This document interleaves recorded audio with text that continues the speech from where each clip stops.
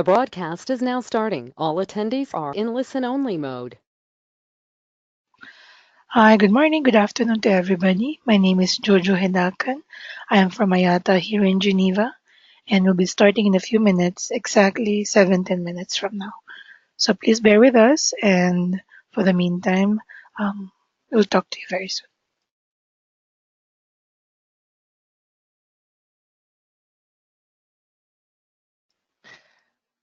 Thank you, Jojo. Um, Good morning, good afternoon, good evening to everyone. Welcome from around the world. I was just looking at the participants who have joined, and I see that we have people way into the night who have joined. So thank you for taking the time. We understand it is an important topic because as everyone involved in passenger interline billings, we know that in some part or the other, we have been involved in rejections and correspondence, and this is one of the things this initiative looks at. Let me first start by introducing myself. My name is Kirk Pereira. I've been around more than 19 years in this industry. During my first 12 years, I've been working in various roles in passenger revenue accounting and especially in Interline. I then joined IATA in 2011 in the Montreal office, and it was involved in setting up SIS operations. And now I'm looking after operational strategy and standardization of invoicing and billing processes across IATA operational teams. I'm currently based in the IATA Madrid office. I'm also supported on this initiative by the team in Montreal, and I will introduce them a little bit later. But thanks to them, they are all up and supporting me now in this webinar. Sorry, just Kirk, just hold on for a minute. I'm receiving some feedback that people don't hear you. Can please other people confirm that the audio is okay? Because from my side, everything's good. Okay, perfect. For the one that I've mentioned that there's no audio, it should be something with your headset or your computer, please, because from our end, it's perfectly okay. Sorry, Kirk, please go ahead. Yeah, thank you, Jill. Just some points in case you have any questions during the presentation. On the top right hand corner, please feel free to log them in the chat box. However, all questions will be answered only at the end of the presentation. In the event that we go over time or we are not able to answer certain questions, what we will do is we will ensure that we personally reply to each relevant question. So we'll reply it by email, and we'll also include them along with the slides of the presentation so other people know what were the questions asked, because they will be beneficial for everyone. This presentation is also being recorded and the link will be shared. And so if you want, you can then further share it within your teams so people do know about this initiative. During this webinar, the few points I will try to cover is the why, what, who, how, and why of this initiative, and why it is so important. So it's going to be covered in 4 parts. The first part is the background. What is this initiative about? Why is it required? Progress. Now it's been nearly 3 years of this initiative. Where are we at? How is it being done? Who all are involved? Actions taken. So what actions did we take, and where do we go from here? And some homework. Homework, because I hope y'all did not expect that y'all are only going to listen, but we also would like y'all to contribute. So that's going to be an important session. Moving forward. So the background. Let me explain how this initiative took shape. For those of us who have been in the industry for over these years, we might remember the time when we had paper tickets. We used to bill on a monthly cycle, later on moved to a weekly cycle. We used to send paper invoices. We had an IDEC tape we used to send to ADPCO. We had the invoice settlement information to the IATA clearinghouse or the recap sheets, the ACH. We had many issues. We had reconciliation issues, missing invoices, and we realized that we needed to do things in a much better way. So the idea for digitalization and exchange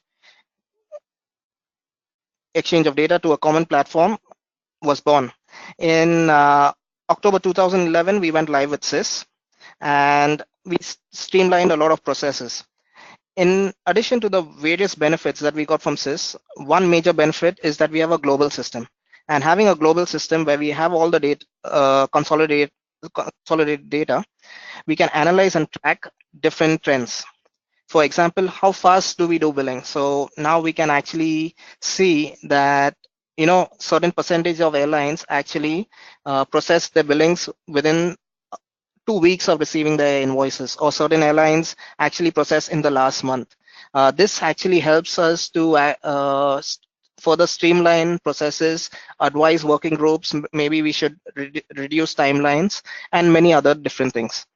At times, another important part is with SIS, putting in a global validation actually saves costs, because we put one validation in SIS, which you don't have to make in multiple airlines revenue accounting systems. So it also saves a lot of cost if we can work this way. But one of the main benefits is also knowing the volume of data exchange in the industry. We now know an accurate number of how many billings that happen as an industry as a whole. However, we also realized there were a lot of bad practices. On an average, there are a little more than 1 million passenger rejections raised per month. So we have around 12 million per year. In November 2015, the IATA Financial Committee, the FinCom, which is made up of the CFOs of airlines, tasked the IBS Ops Working Group. So the IBS Ops Working Group was formerly known as the RAWG, but they also look at the RAM and handling interline rules, and they were tasked with reducing rejections in the industry. Now, the IBS Ops Working Group worked along with us in IATA and looking at the different cases of rejections, and based on the analysis, came up jointly with a target to reduce rejections by 32% over 5 years. So the goal of this initiative was reduce rejections, and by reducing rejections, we also reduce cost. And we realized that at times, if you're billed incorrectly, you have no option but to raise rejections. So we are not saying that don't raise rejections.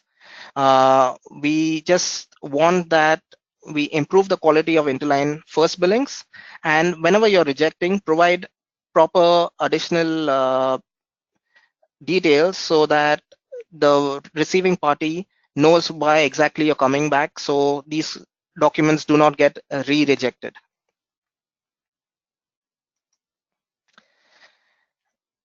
So who's involved in this initiative? Firstly, it's all of you, because without you, we are not going to be successful. So it's each and every airline who has to contribute to make this initiative really successful. Who's leading this initiative? We have the IBS Ops Working Group. So the IBS Ops Working Group as a group helps us to actually monitor how the rejection trends have been, and they come out with simplification of rules and billing processes. Now the IBS Ops has around 15 to 17 airlines on it, but to work on this initiative, we had volunteers from within the IBS Ops. They are like an advisory group to us, and we have monthly meetings and calls with them, and a couple of face-to-face meetings where we actually work on how we can actually reduce rejections. So this group also, we are very thankful because they work very closely to us. They dedicate their time to actually see how we can reduce rejections, not just for a few airlines, but for the entire industry. So we have Priscilla from American Airlines, Gavin from Air New Zealand, Harry from Delta, who's also the chair of IBS Ops. We have Suresh and Shankar from Emirates, Sachin from Etihad, Gunter from Lufthansa, and Felicity from South African, who actually work closely with us. And of course, supported by the IATA team. So in addition to me, who's based in Madrid, we have the team in Montreal, and that is made up of Adina Minculescu. She's the head of SIS and head of e-invoicing in IATA.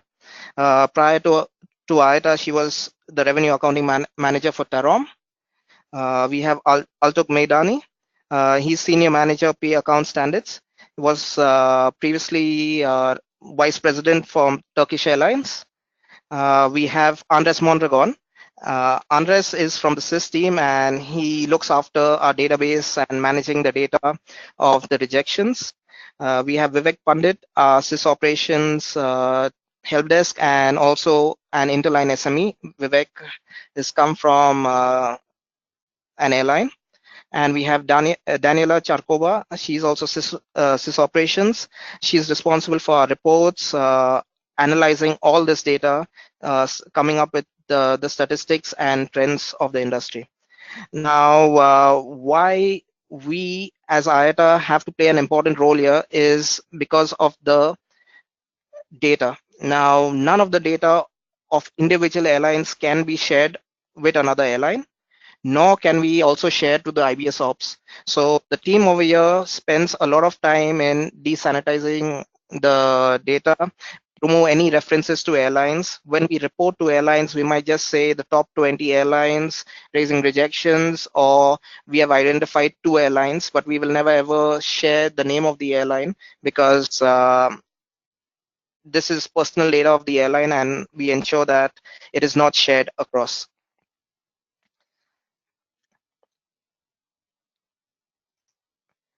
Progress. So it has been 3 years of this initiative, and just to give you all a brief update on where we are. When we started in 2015, we had around 125 million prime billings in passenger, and we had around 12.33 million of rejections.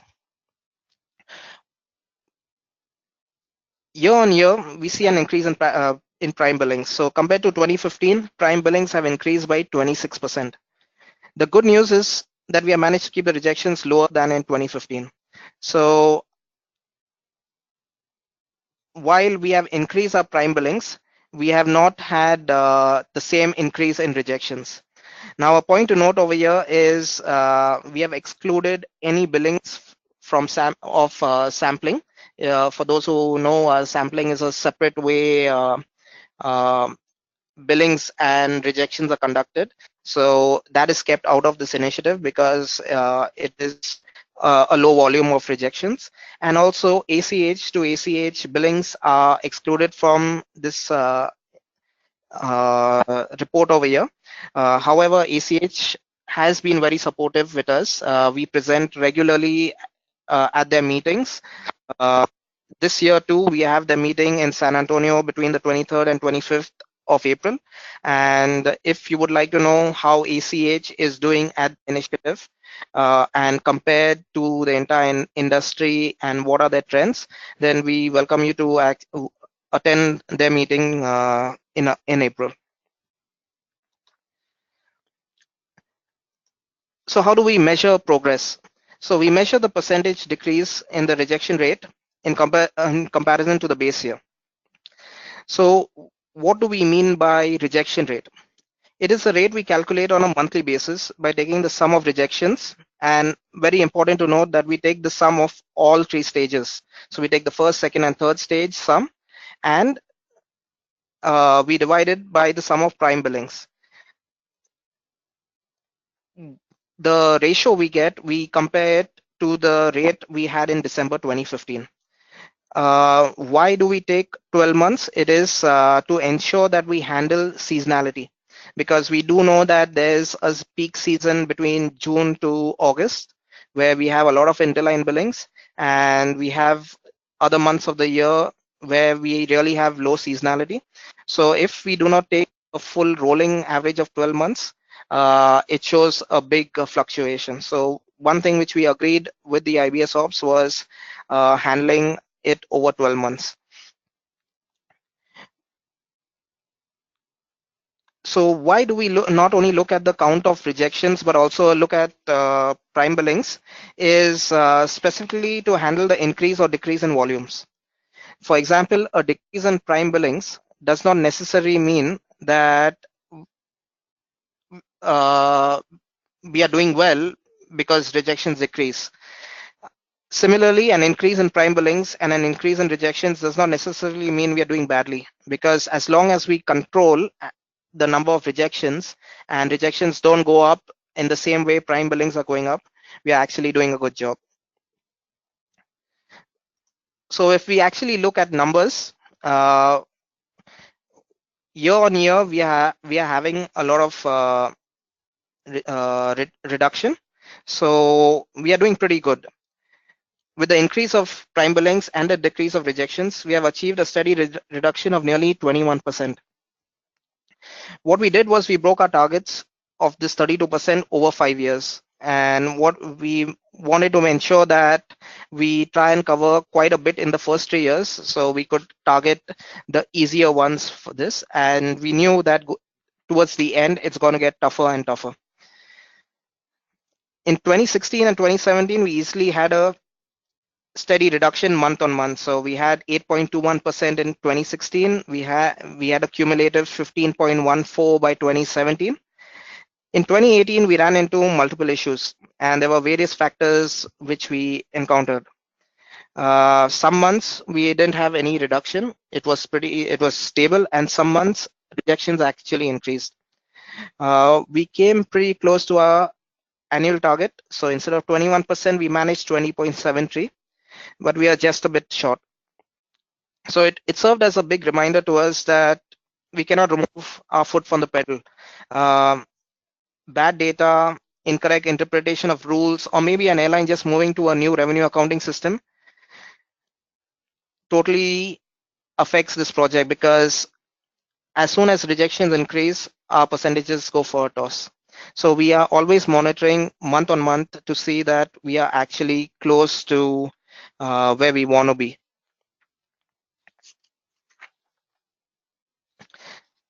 Another point is it is not something which can be easily achieved by only a few airlines contributing to it. That's the reason why we are having this webinar, because we know we have a certain reach when we have been speaking to different airlines. But since we have to also get airlines who don't come for our general meetings, or who might not be aware of this initiative, we want to ensure that this year we actually spread the news much far as possible.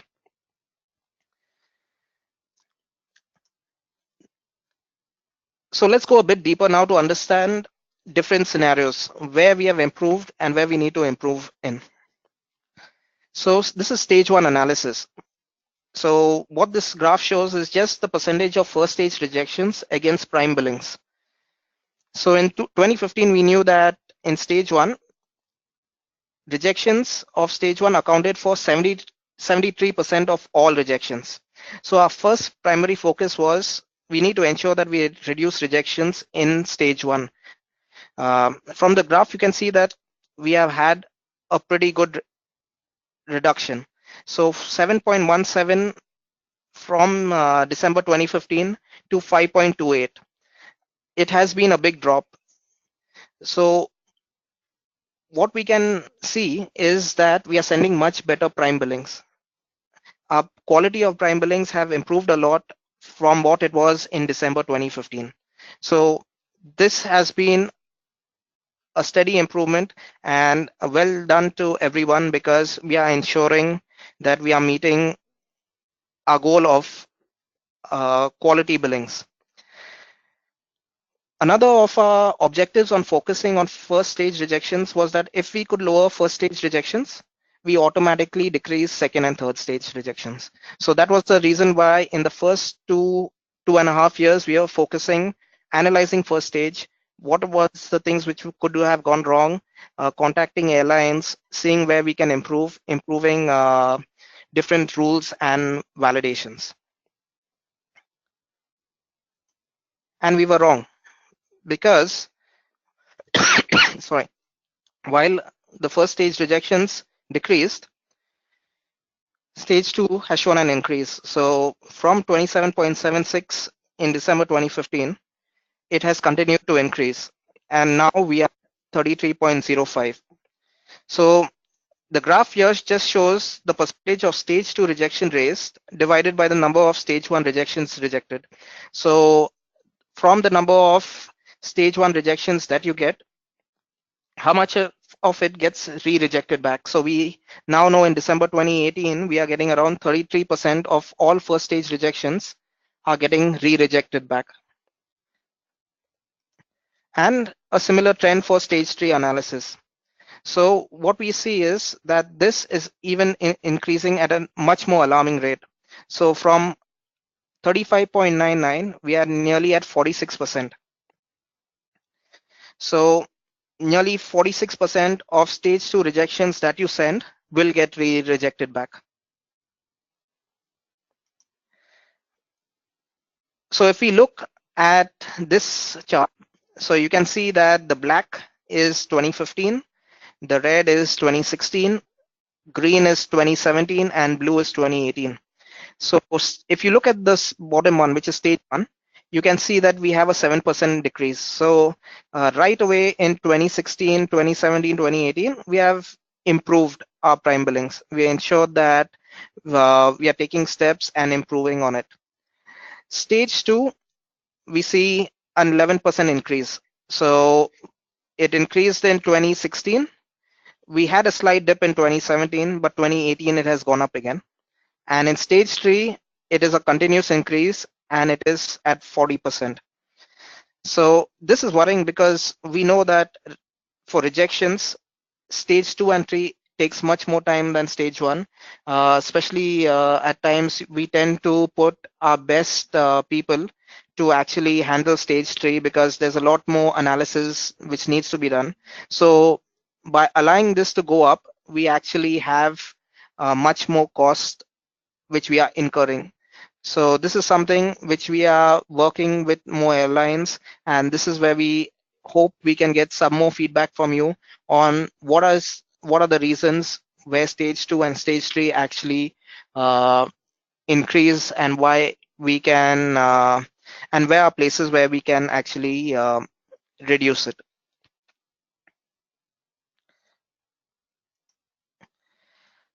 So what are the reasons for rejection? Now, if we look over here, we have the reason codes. These are the reason codes in SIS. So what we see is in first stage, we have 41% of rejections for tax reclaim, and followed by fair rejections, which are 37%. We have 1A or joint rejections, combined rejections, where that could be for fair and tax, fair, IC and tax, which amount to 11%. So in first stage, we see that 41% is fair reclaim. However, the interesting part is when you look at the second stage, you see that tax rejections suddenly drop down in the second as well as the third stage. They move only to 29 and 30%. From this, we can actually assume that the prime billings were incorrect for tax, and these are getting accepted at the first stage. However, if you look at fair reclaim in the second and third stage, 50% of rejections are for fair. And that is something which we actually know that at times fair rejections are the ones which continue in second and third stage, and they are the ones which actually go into correspondence and long disputes. So this is something we need to work on. If you look at other places, we have 3% for UATP, 3% for ISC, others is 2%. The one over here where we talk about UATP being 3%, it looks like a small number, but again, if you think 3% of 12 million, that's around 400,000 transactions a year, which is just rejected at first stage and then accepted at that point. So these are items which we are working on, changing of rules, trying to get this to pass so that we actually do things in the first prime billings, give discounts in the prime billings rather than waiting for an airline to reject us. So far, we have spoken only on the count of rejections, and this initiative actually looks at tracking only the counts. However, we do track terms in case of USD values. how many, what was the value. So if you can look in 2015, we had around 1.7 billion of rejections, and over the years the amount has dropped. Now between 2015 and 2016, part of it is also due to the phase out of FIMS. Now since we don't have FIMS, which you remember we used to bill out sector fares, so the first stage rejections used to be very high. uh, that has gone down. But if you look at your average value per rejection, in 2015, per rejection value was around 140 US dollars. So if you take the total amount of rejections, sorry, you take the total value of rejections divided by the count, we get an average value. So that has been steadily decreasing, and at 2018 we see that the values, an average value is now around $102.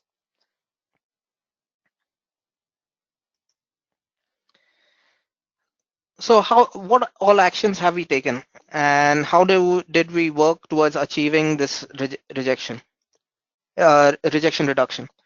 So we focus mainly on three main pillars. Our three main pillars was awareness, collaboration, and tightening of rules and introducing validations in SIS. In awareness, this was the first thing which we wanted to do because we knew this was where we could get quick results. So the first thing we had to inform the industry was that we had a problem. We had a problem, and what we do is we ensure that we present at the IBS Ops general meeting and the SIS general meeting, and of course also at the ECH general meeting every year. Um, we also identified the top 20 airlines who had a lot of rejections. Now, it was maybe because they were being wrongly billed, or mainly they were billing incorrectly, and we send them customized reports highlighting these were the number of rejections they were raising. Uh, Even for that airline, what we did was we tried and show them what were the top 5 airlines that they were having issues with. So ideally, this is information that an airline already has, but what we tried to do was provide a summary report which gives them at a one-shot glance of who are the 5 airlines they could actually just deal with and probably have 40 to 60% reduction in their rejections. We also highlighted what were the reason codes that they were having problems. So it was not the same for every airline. You could have some airlines who had problems with tax, whereas some airlines had a problem with fare. Or you never know, some airlines had a problem with ISC where they were not giving interline service charge when they were billing out. And they continued doing that for many years. So it was quick it was something which we could quickly address, where we tell them, see, this is something you can fix this pretty soon, and the airlines actually started doing it. We also presented at a couple of alliance meets. So if an airline was part of an alliance, we actually presented to them as an alliance how they are doing, because what we realized that for some, they actually did better when they were billing airlines within the alliance, but when they build airlines outside the alliance, they used to have a lot of rejections.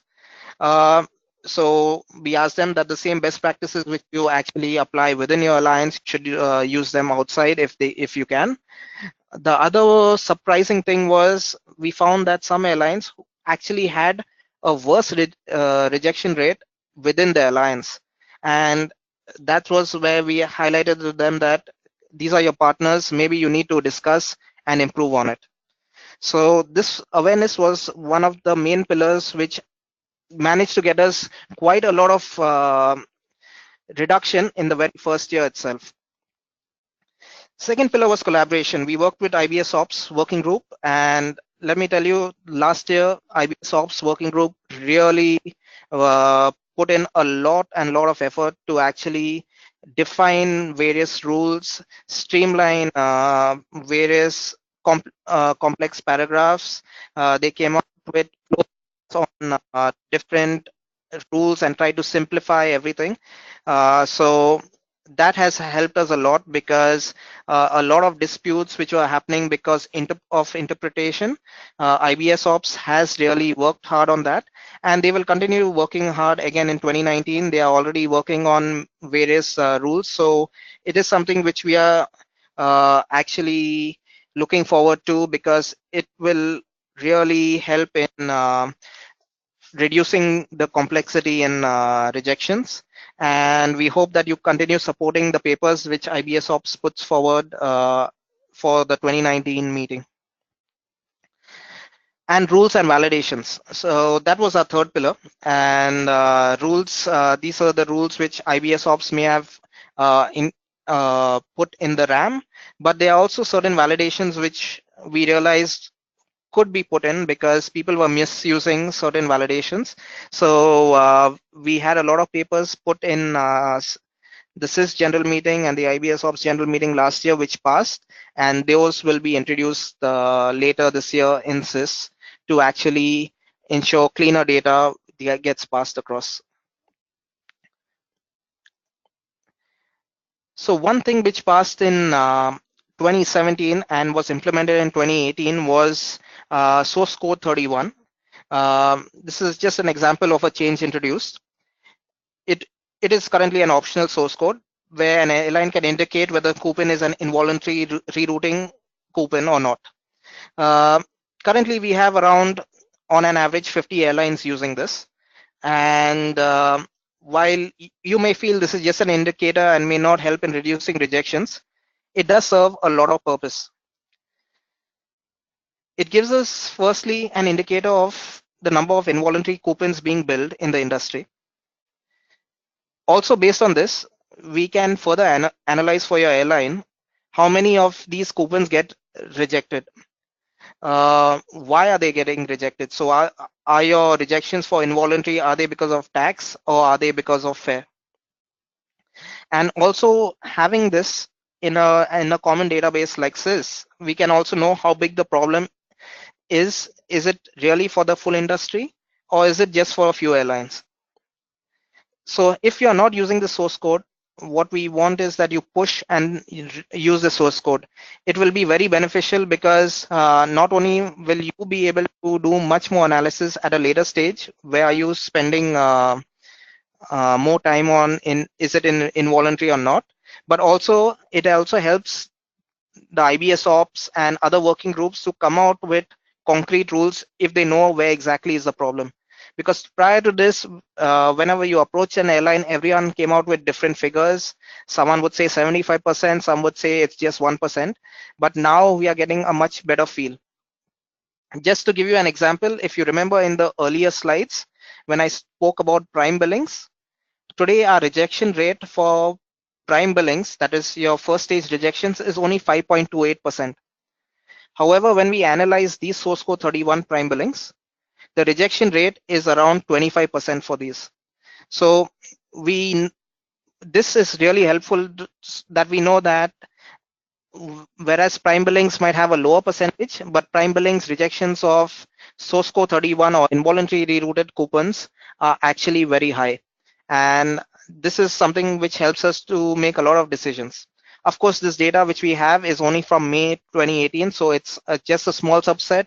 It's only 50 airlines, but we encourage you all to use it more because we can then come out with much more better trends and better solutions for involuntary rerouting.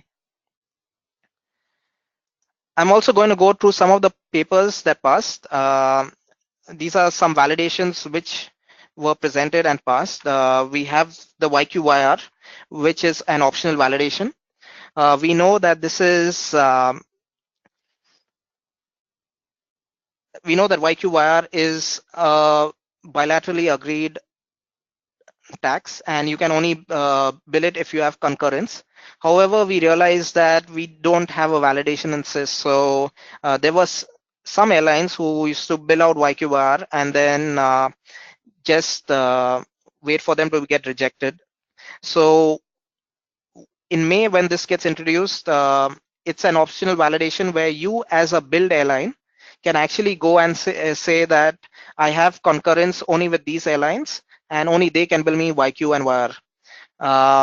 Same way, when you put in such a validation, the billing airline also gets an alert saying that so and so airline has blocked you for YQYR. So that way you know that you cannot bill them. So this is one of the steps we are taking. Another one is a monthly passenger report from SIS. Now, this is similar to the report which we had generated for a few airlines. So we used to only talk to a few big airlines and provide them reports. So maybe only around 30 or 40 airlines used to get this report on an annual basis, mainly because it was manually prepared by the SysOps team. However, what we felt was it is a much beneficial report and it should be given to all airlines. So it was voted in the last general meeting, and from May onwards, this report is going to be available for all airlines and SIS. So what you can do is on a monthly basis, you can actually go download the report, and it tells you how are you as an airline doing against the industry, both in terms of coupons that you bill out and rejections you receive, or coupons that you are billed and rejections raised. So this helps you to probably analyze, are you doing better than the industry, below the industry? Who are the top 5 airlines you are actually having issues with? Uh, what are the reason codes you're having issues with for example, XX airline, you're having this issue. It's mainly because of fare. With another airline, you're having an issues because of tax. You know where you can drill down. So this is a really good report, and something you can actually get from May onwards. We are also going to have a correspondence aging report, and this is something which came up from our advisory group of airlines, that while we are focusing on rejections, even correspondence actually goes on and on. So how about an alert wherein, let's say I'm being a manager or supervisor for an airline, I get a list of correspondences which has gone past, let's say, the 7th stage, and at least then I know like what is happening and I can take some action. So this is another report which will be coming in May, and is another useful report. So please start using this as soon as we get it. We have reason code 5Z. We realized that was being misused, and the group pushed for a paper of getting the breakdown mandatory. We have added 7 new reason codes, and this was mainly the reason to make rejections more indicative. So for example, today we have only fair reclaim. So based on this, we knew that we have 37% of fair reclaim, but what were the reasons?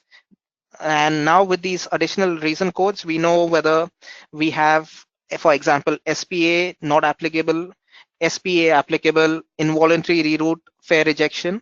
So we can actually now figure out where exactly the industry is having a problem, as well as you also get more analysis based on where are you actually having a problems with another airline with. Is it due to an SPA or is it due to involuntary? And it will be very helpful. So while we add these codes, it is of no use if you do not actually use them. So we would like you all to actually push for making these system changes, start using these codes. It does take some time and some effort to actually get them into your system, but once you have them in your revenue accounting systems, it will be very helpful in the long run. And another item which passed was hard validation of duplicate billings. So today, if you know in SIS, we only flag duplicate rejections or duplicate prime billings. We do not stop them. Uh, in May 2019, we will be stopping duplicate rejections. So you will not be able to reject the same coupon twice or the same rejection twice. The system will hold that in accordance with the RAM rules. The duplicate check for prime billings will be put in a future release. So currently, we have been also working with the SIS steering group, and that's another working group who actually prioritizes changes which go into SIS. That is made up of the airlines, and they also have been very supportive whenever we have gone forward with them, saying that this is a change we actually need for the industry. They always prioritize it. So they were again very supportive this year, where they prioritized most of these validations to go in so that we have a much better quality of data which passes through the system.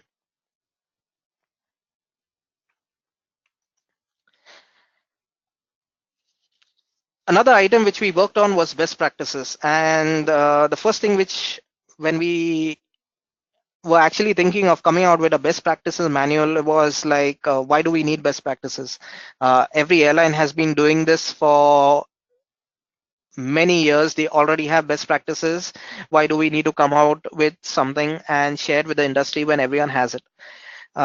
We already know that you have something, but based on the analysis and when we spoke to different airlines, we realized that we do have an issue. For example, we have issues when a new airline moves to interlining. We had an issue in Jan 2018. A new airline started interlining. They had no idea how to interline. They knew they had to send the invoices to SIS and the billings, but they didn't know how to prorate. They didn't know what taxes to use, and we saw a huge trend of rejections going up and down. And we actually had to contact the airline and inform them what it is. So we realized that new airlines coming in, they don't know exactly what is what needs to be done, and that was something which we realized we needed a best practices. We had issues when we realized that certain airlines were not monitoring incoming and outgoing billings. Some airlines internally in their systems could not monitor this. They were using older systems, and we have highlighted in the best practices document some of the reports you could use in SIS, which could analyze your incoming and rejection invoices and how you can improve there. We also stress the need for quality control, whether you're doing it in-house or it is a BPO service, because no matter how you do your rejections or prime billings, you have to have a quality control, because at many a times we see that airlines wait till it's in correspondence, and then they actually then start talking to the other airline. We would like to shift that from correspondence talking to an airline to at the stage when you suddenly see a spike in your first stage rejections or a spike in rejections, either outgoing or incoming. You start talking to your airline to your partner airline at that point, where you tell them that I think there is a problem, or you need to speak to your commercials that probably you're missing something in the SPA. So these things are mentioned there. We also have timely updates to your system master tables. We realize that many times you get your SPAs pretty late, and that causes a lot of rejections because you are billing out the old values, whereas things have changed. Code share flight numbers may have changed. So trying and setting a system where you get your updates from your commercial departments much earlier, you load your taxes on time and don't miss it. And another key thing which we realize, that every time when an airline changes their revenue accounting system, they're doing an upgrade to their proration engine or updating taxes. If you don't have a checklist and not sure what all to check, things are going to go wrong. We see every time a change in revenue accounting system causes a lot of wrong billings going out, a lot of rejections, a lot of double billings going out. And we felt that we need, even though we all know what we have to do, we still need to have a checklist, and that's what we are introducing in this best practices document. So this best practices document is going to be available on the SIS website, and you can download it. It's going to be in PDF format, and we are also going to introduce it in Word format where you can customize it. And so you can take the Word format and add your own internal best practices to it. So you have a combination of, one is the industry suggested one, as well as the ones which you would normally do for your airline. So where have we reached so far? Just to sum up, we are at 21% reduction in the industry rejection rate. We still have another 11% in the next 2 years. It is getting tougher. We need to ensure that we reach 32%. So we need to work towards it. We have a best practices document which we have created. We have new SIS enhancements. They are coming in May 2018 as 2019. We hope you are ready for it. And we have stronger RAM rules. There's much more clarification for the involuntary reroute. We hope you have gone through this and understood more about the new changes to involuntary reroute, which was passed in the last general meeting. Coming to homework and how can you help us? First thing is cost of rejections. We find that many airlines don't know how much is the actual cost, and we have been talking to different airlines, and when we say we, it is IATA who talks over here. We don't share the cost which we realize, which we get from one airline with another, because again, it's confidential to an airline. But whenever we talk to an airline, they sometimes only think about system cost, that, oh, it hardly cost me a few cents, or they think of the SIS cost that cost me only between 2 or 3 cents to send a rejection. But no, there's a lot of people's costs which actually get involved. And it's you need to train your people. You can't just take someone from another department and tell them, I need you to start working on rejections. There's a learning curve. You have to get people to do it. There are changes always, SPA updates, masters to be maintained, and it costs a lot of money to actually work on it.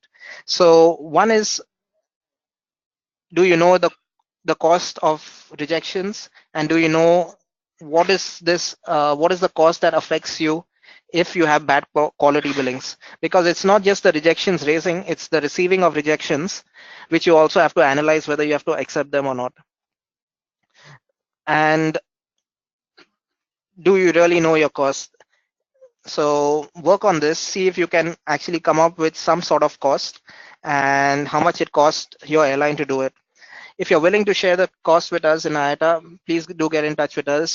This is only going to be for us to try and come out with a global average cost, so that we can actually also start measuring on how much, not just the reduction in count, but also the reduction in terms of money spent by an airline, money spent by the airlines globally to due to bad billings or bad rejections. So if you could share some sort of indicative figure, it will be very helpful. We already have around 13 airlines who have shared this with us, and this would really be helpful to us. What else can you do? Get involved in this. Visit our website more often. We have published an annual report of 2018. It is very detailed, and you can actually see how the industry has gone over the different years from 2015 to 2018. What is the reduction? Where have we actually reduced? Where have we increased? We would like you to set internal targets, because if you don't set an internal target of reducing rejections, you're never going to get anywhere. Because if you don't have a target, you're not going to be monitoring, and you're not going to be actually knowing where to go. So set an internal target, monitor your rejection rate, because that's the first thing to know whether something is going wrong, because you'll have a spike in rejections, either raising or or receiving, and you know that something is going wrong there. Again, calculate your cost per rejection. Another point is nominate a champion within your teams, because we realize that sometimes you as a manager cannot do everything, but if you can nominate someone within your team to actually do this monitoring and sharing the progress within your teams, it will help a lot, because not only does that person learn more, but you also benefit from it, because you're immediately highlighted if something goes wrong. and ask that person to get in touch with us. We also can help in terms of analysis for your airline and to work together in reducing your rejections and your cost. Best practices. Now, y'all are the guys who do this day in, day out, and without feedback from y'all, we cannot know what is the best practices which are now currently prevailing in the industry. So have a look at our best practices document, and if you feel there's something which we can actually add to that document, then please send it to us and we will add that. Remember, this is your initiative. It is something which we will all benefit. So please take an active role. And something which I want to end off with is also contact your partners. The moment you find something is going off, send an email, pick up the phone, contact your partner in the other airline and ask, hey, I noticed here that that the SPA is you're billing me a different value. Has something changed? Contact your commercials immediately. Don't wait for it to go into correspondence and then you have a big mess to clean up by then. So these are some things which we want you to do, and we hope you continue doing this so that we can actually improve the number of prime billings going across and reduce the number of rejections. So that's it from us. We would like you to also always visit our website. The website is in as part of this link, and when we share the slides, you will have this link. So go over there, you'll see a monthly progress, how we are doing. And we also have this email ID when the team in Montreal monitors this, and any queries could be raised to them. So we are very happy if we can work with you to throughout this initiative to actually reduce rejections. We have, I'm just looking at the time now, we have around a few minutes for a few questions. So what I'm going to do is have a look at the questions which have come in and try and answer them.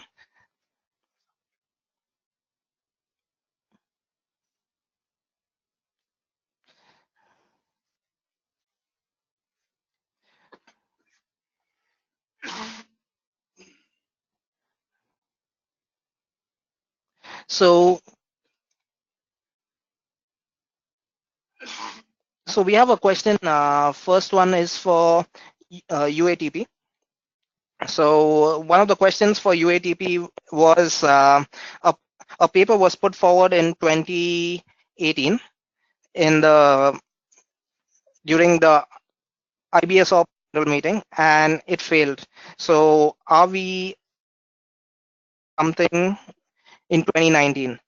So yes, what we did was that was the only rejection reduction paper that failed, and it failed very close. There was it was just by 0.5%.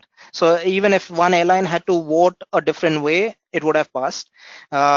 We spoke to a couple of airlines who voted against the paper, and we just clarified what the initiative was. The initiative for the UATP paper was that we introduce it in prime billings.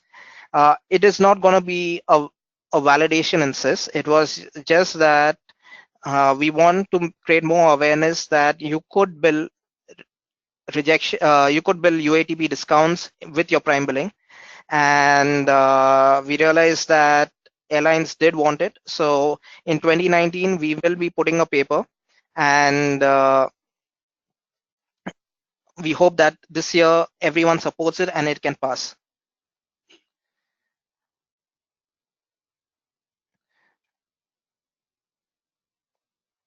So moving to there's a query on YQ/YR billing. So should we declare which airlines we have YQ and YR billing and how? So what we are actually providing in SIS is that in the member profile, you can actually go and you will say that I have YQ/YR concurrences with only these few airlines. Or you can say I have concurrences with all the airlines except these two airlines. So it's not that you contact us. You can go directly with your login in ISWeb and go and put in these validations. So it's something you can do it yourself.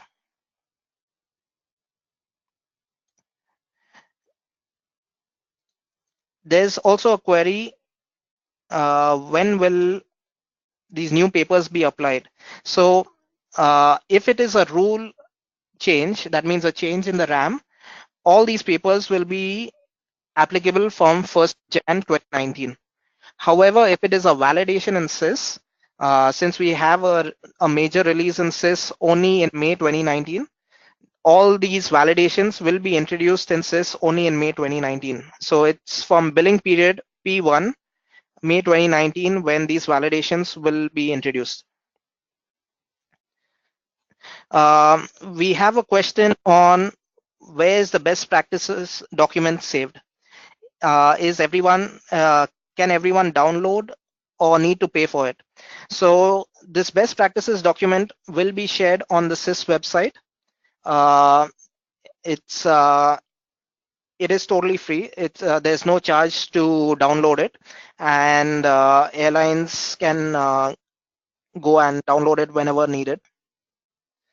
Uh, Another question, whether we'll be sharing the slide deck. Yes, it is going to be shared with you later on. So the slide deck and all the links to the best practices, as well as to all the different documents I mentioned, like the annual report, will be shared, and you can go and download it. We have a question on the detailed write-ups on the new and codes and proposed reports, which is expected for May 2019. This has been recently released in the SIS bulletin. In the ISPG release, you will have all the in the release notes, we'll have all these data of what are the new reason codes and the proposed reports, and when they will uh, what are the different functionalities of the reports. However, as we get closer to the date or after go live, what we will again try and do is send out another communication mainly on the reports and how you can use it, because we would like to again send a reminder to the industry that we have two new reports. We have a monthly rejection report and correspondence report, and these are the ones you need to actually start using.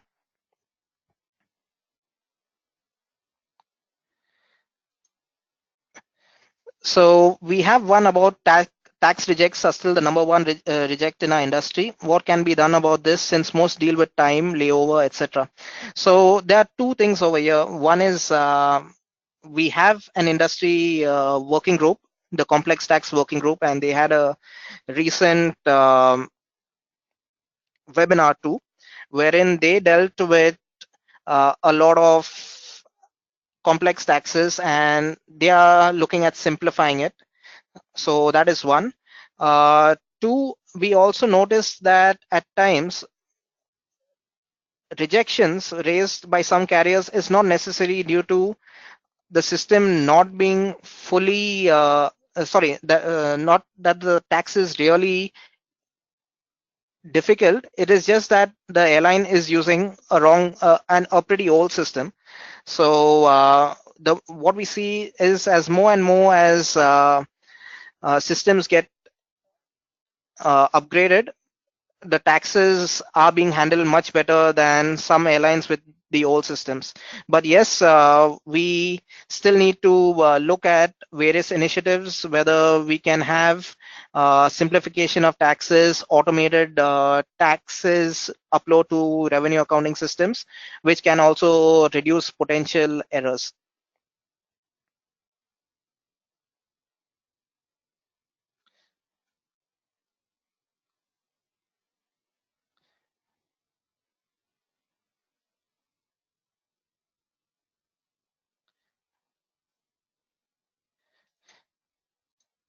So I have a query on why are rejections high for source code 31.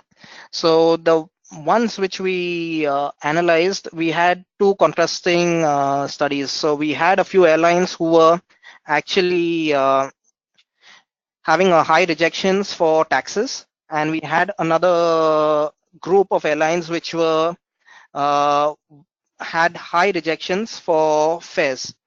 Uh, the ones which were for taxes was mainly because one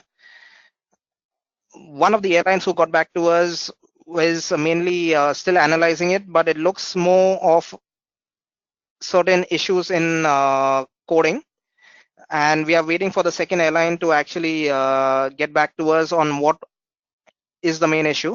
But in fair, we see a lot of times that it is the understanding of the involuntary rule.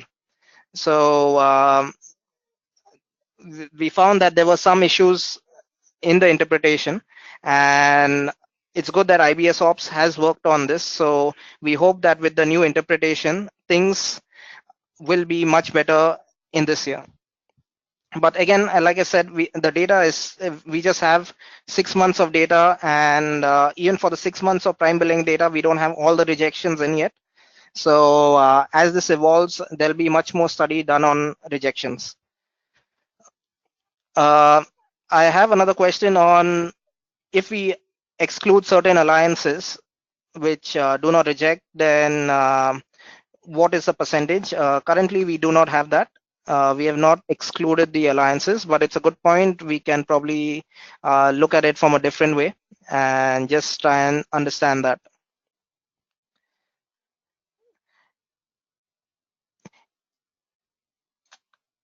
So I'm just going to reject.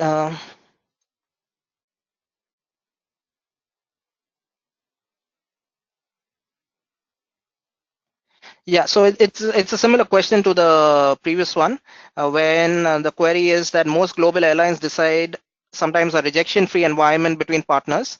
This affects the figures positively. So does it mean that within the competitive industry, it is even worse than you show?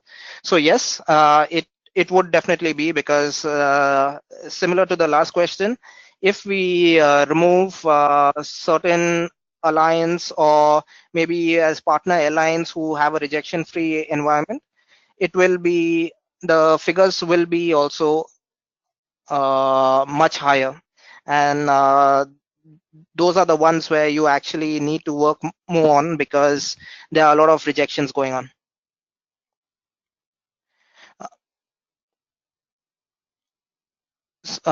One more question is, can we have our own airline rejection memo percentage to compare with the IATA 3-year stats? We um, we could do that, and also at least we won't be able to do it for the 3 years, but maybe for the last 2 years, the moment you have the rejection report in sys, you can actually download it and you look for the last 2 years, what is your percentage compared to the industry, and how have you been doing. So that will be available in sys in from May onwards.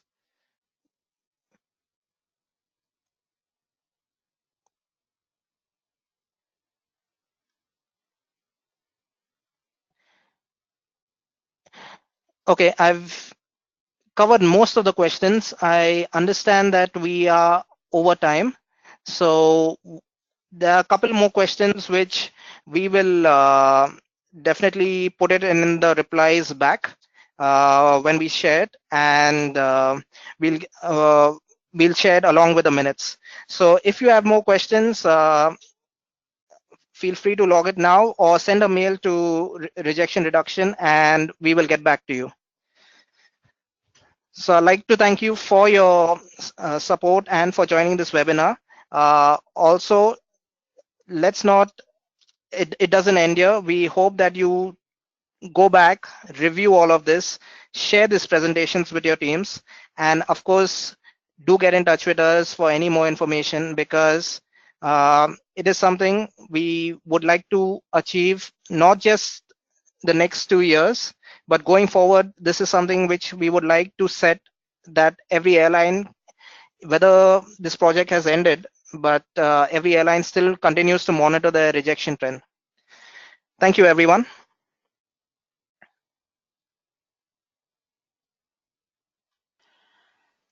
Thank you so much, Kirk, for that presentation. And as you have mentioned, all the supporting documents will be provided to those that have attended and also the recording of these sessions.